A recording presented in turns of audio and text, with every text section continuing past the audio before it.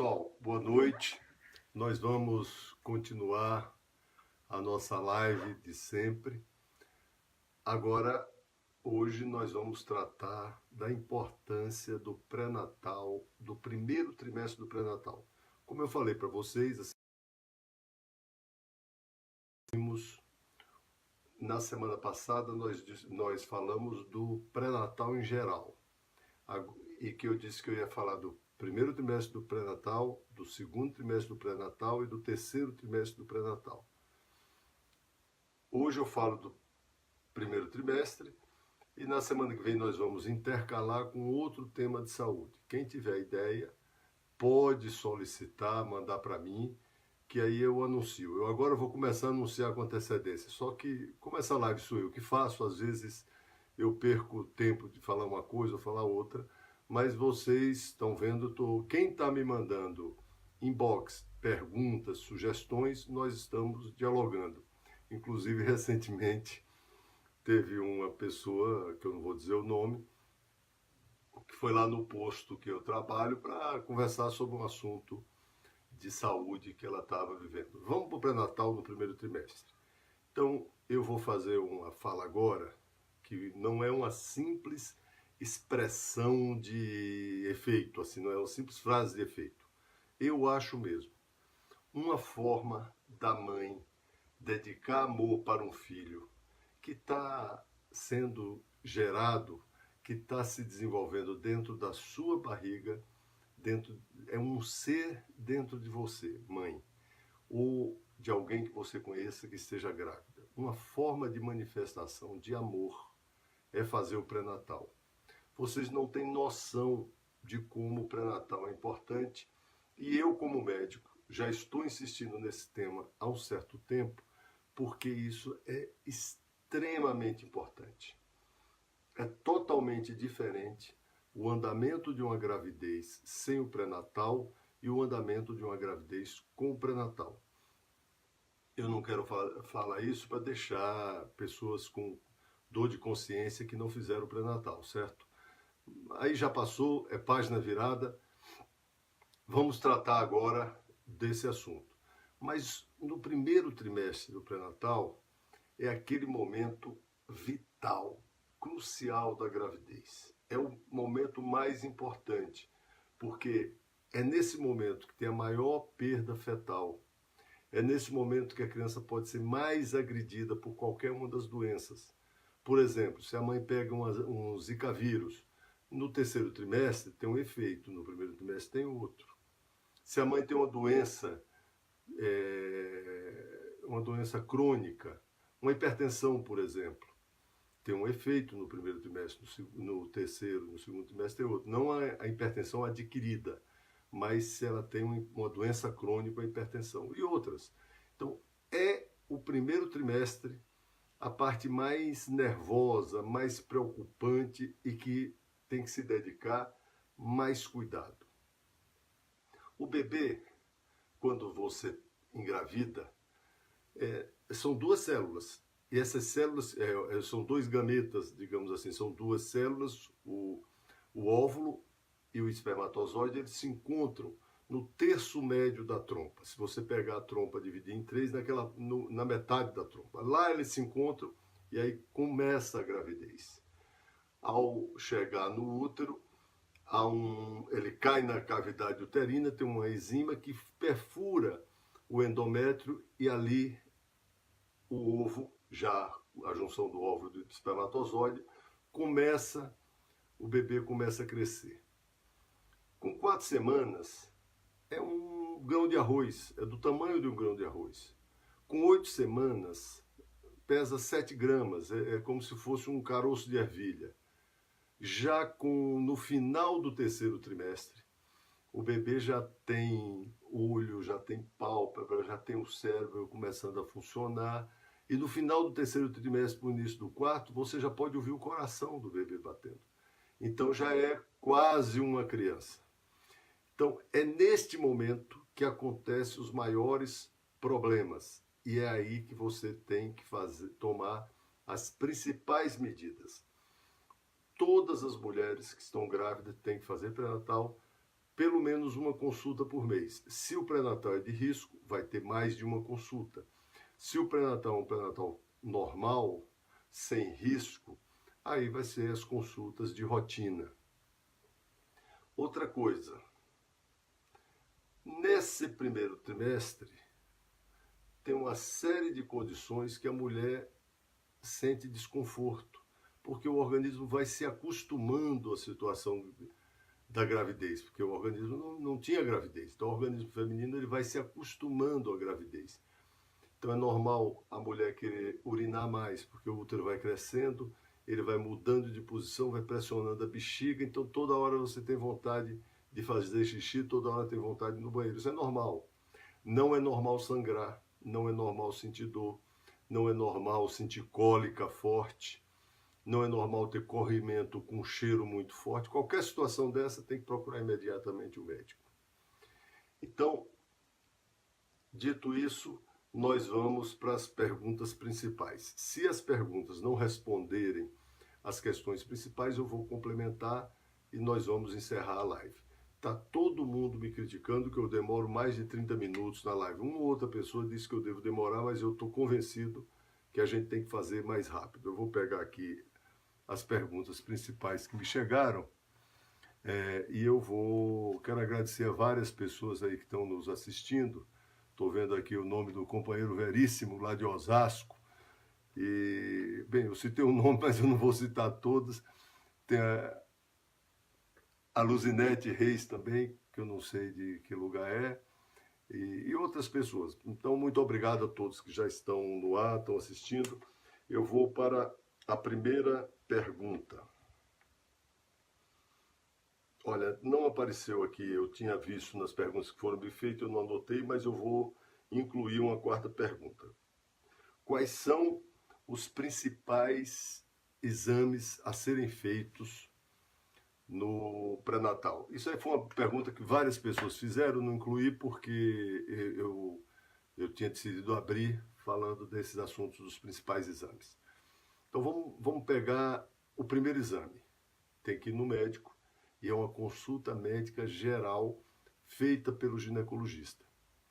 Tem que ver a história da paciente, se tem doenças crônicas, quais são as doenças de família que teve, como se deram as gravidezes anteriores, como se deram os partos anteriores, tudo isso, se houve, tudo isso conforma a visão do médico sobre o bem-estar da mãe.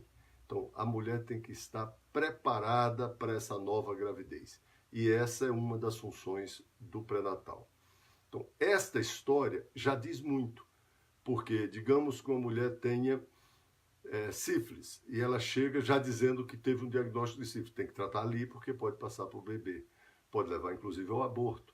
Digamos que ela tenha uma história de perdas contínuas, de abortos contínuos. Então, isso é uma situação que precisa tomar uma medida imediata.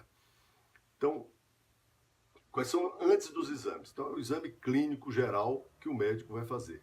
Depois, o exame ginecológico. O exame ginecológico bem feito, porque ali o médico já vai fazer uma série de diagnósticos e vai dar as orientações adequadas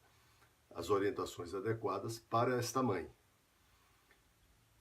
Terceiro, vamos para os exames laboratoriais. Os exames de sangue, é importante ter um hemograma completo, porque no hemograma completo você vai ver como estão as hemácias, se tem anemia, se tem alguma alteração, no caso de... lembrei aqui um exemplo, uma talassemia, alguma anemia falciforme, algum problema mais grave. Então, esse exame o hemograma completo é muito importante. E ver as plaquetas. Se ela tiver com plaqueta baixa, ela pode ter sangramento, pode ter outros comprometimentos. E também a série branca, a série de defesa, para ver se ela tem alguma infecção ou não. Então, o hemograma é extremamente importante. A glicemia de jejum pode estar até alterada, mas aí o médico vai fazer outros exames para afastar a possibilidade de diabetes. Eu não vou pegar exame por exame e explicar, porque senão só essa parte aí a gente já pega bastante problema. Eu vou explicar os principais. Aí depois nós vamos ter que ver como está funcionando a tireoide dela, com o exame T3, T4, TSH. Vamos ver como está funcionando o fígado. Tem vários exames também de laboratório que vai nos mostrar isso, TGO, TGP, vocês vão ver o nome. Depois desses exames de sangue, e aí no exame de sangue nós vamos ver se tem sífilis, que é o VDRL, se tem hepatites, se tem HIV, se tem toxoplasmose, rubéola e outros exames que são feitos no pré-natal. Já na primeira consulta do pré-natal. E esses exames que eu falei valem por 3 meses. Na consulta, na anamnese, que é quando o médico pergunta para a paciente, tem que ver o estado vacinal dela. Se não tomou vacina, tem que tomar. Tem que tomar vacina da gripe, tem que tomar vacina da febre amarela, tem que tomar vacina as vacinas para hepatites. Tem que tomar as vacinas. Se não tomou vacina, vai ter que tomar, mesmo grávida. Vamos agora para o exame, tem que fazer um bom exame de urina, para afastar as causas que o exame de urina 1, que é aquele exame sumário de urina, só para ver se tem infecção ou não, exame de fezes, para ver se tem alguma parasitose intestinal que tem que ser tratada, e ultrassom abdominal, um ultrassom abdominal de abdômen geral, para ver como está fígado, baço, pâncreas, os órgãos, e fazer um ultrassom transvaginal com a medida da translucência nucal, que depois eu explico o que é isso. Esses são exames básicos que têm que ser feitos na primeira consulta do pré-natal.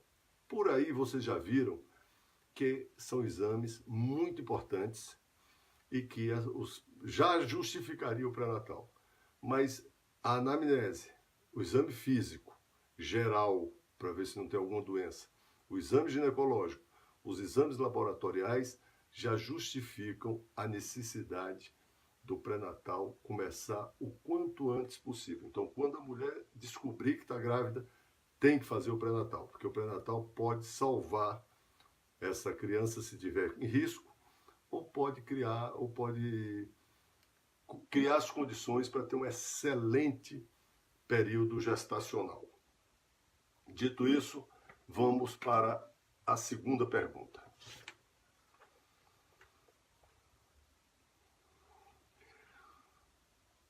Quais as causas do aborto no primeiro trimestre? Olha, existem várias causas, eu vou dizer as principais. Essa é uma pergunta muito importante. A primeira causa, a que é responsável pela maioria dos abortos, são relacionados com má formação genética. Quase metade dos casos de abortamento nos primeiros 3 meses é má formação genética. O organismo não seguraria. Quando não tem compatibilidade, em geral o organismo aborta. Mas tem outras causas que não justificam. Então, você pode elencar diversas. Eu vou pegar as principais. Tem uma condição que é uma incompatibilidade uterina. Ou por uma má formação uterina, tem útero bicorno, que é um útero meio dividido, que chega a ter até um septo que tem 2 úteros.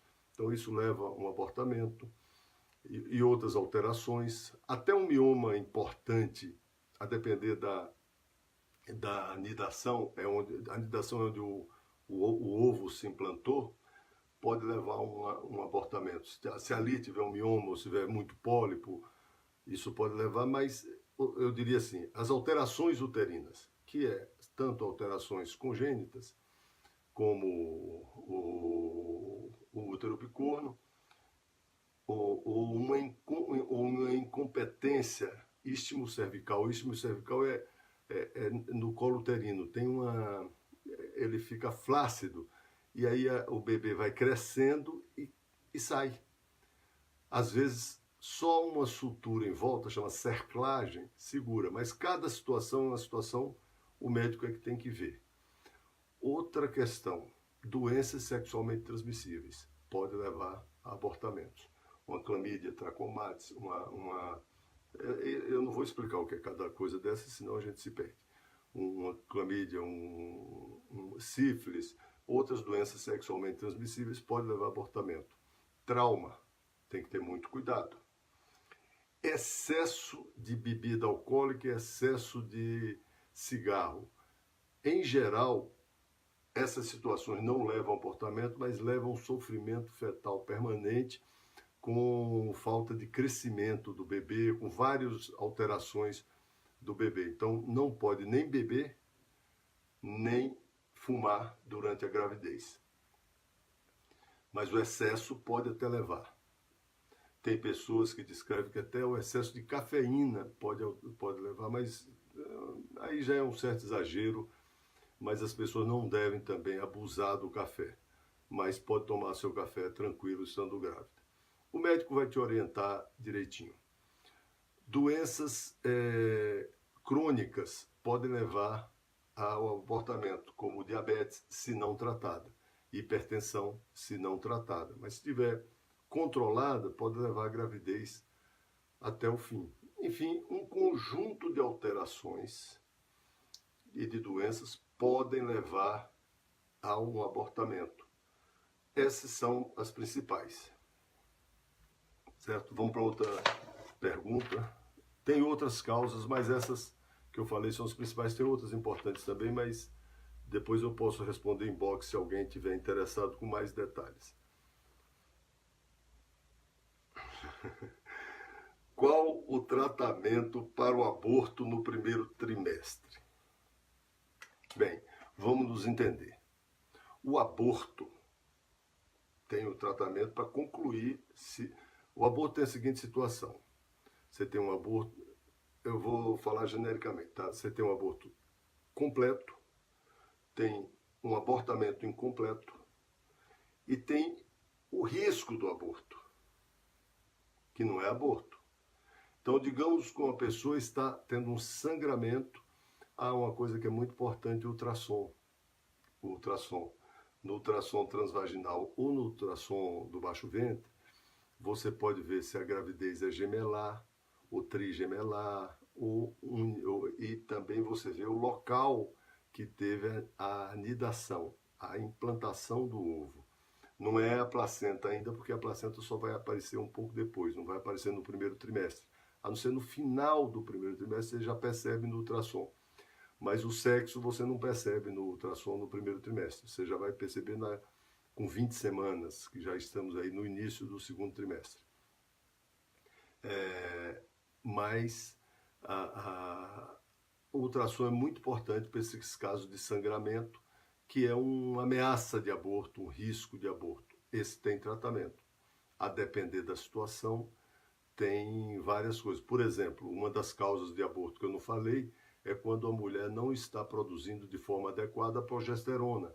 Então, isso não segura bem o feto. Então, pode ser que tem situações que você vai complementar a progesterona, tem situações que você vai dar uma medicação a depender do que seja, o que esteja levando o risco do aborto. Mas uma coisa que é praxe, que terá em todo o tratamento de sangramento de risco de aborto, é o repouso. Relação sexual. Se não tiver risco de aborto, você pode ter normalmente, isso nós já falamos na outra live. Então, no risco de aborto é isso. Se for um aborto incompleto, em geral, você precisa fazer uma curetagem na uterina para limpar os restos que ficam dentro do útero. É um procedimento simples, rápido, não requer internação se tudo correr bem.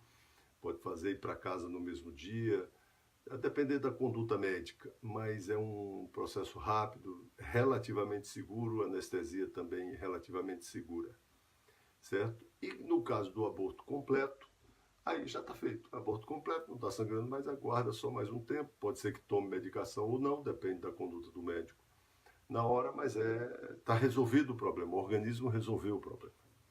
Vamos para a terceira e última pergunta. O que é medida de translucência nucal? Eu falei, é uma das medidas que são feitas no ultrassom morfológico. No ultrassom morfológico, o médico vai medir o tamanho do pé, o peso, a idade gestacional. Tudo isso é importante fazer o ultrassom no primeiro semestre, você tem isso. E vai fazer uma medida da translucência nucal. Pela translucência nucal, você vê a quantidade de líquido que está na nuca do feto, do bebê. Quando tem uma quantidade muito grande, aí tem uma medida técnica, isso é indício de que tem uma má formação, da síndrome de Down, por exemplo, mas não é o diagnóstico de síndrome de Down. O diagnóstico só é feito com a retirada do líquido uterino e o estudo adequado para isso. Tem um exame que é feito, que é indicado quando a pessoa tem interesse de saber. Mas a translucência nucal lhe dá indícios que alguma coisa foi alterada nos cromossomos, tem alguma alteração genética, então alguma má formação. Essa é uma situação específica que o médico vai conversar com o paciente, que não vê o caso da gente entrar nos detalhes aqui agora, porque isso vai depender de uma situação concreta e das pessoas que que estão vivendo essa situação. Então, quem quiser fazer uma pergunta inbox, eu respondo com todos os detalhes que a gente precisa responder. Mas é isso que é a translucência nucal. Dito isso, gente, eu quero agradecer a todos, agradecer as perguntas. Tem outras perguntas que eu não respondi, que eu vou responder em inbox, porque não dá na live para nós respondermos a tudo. Essa live que eu estou fazendo como saúde é uma atividade que está me dando muita satisfação, porque eu passo para as pessoas que estão me assistindo um pouco de preocupação com saúde num momento que nós estamos vivendo, talvez seja um dos principais problemas do nosso país, a falta de saúde do nosso povo.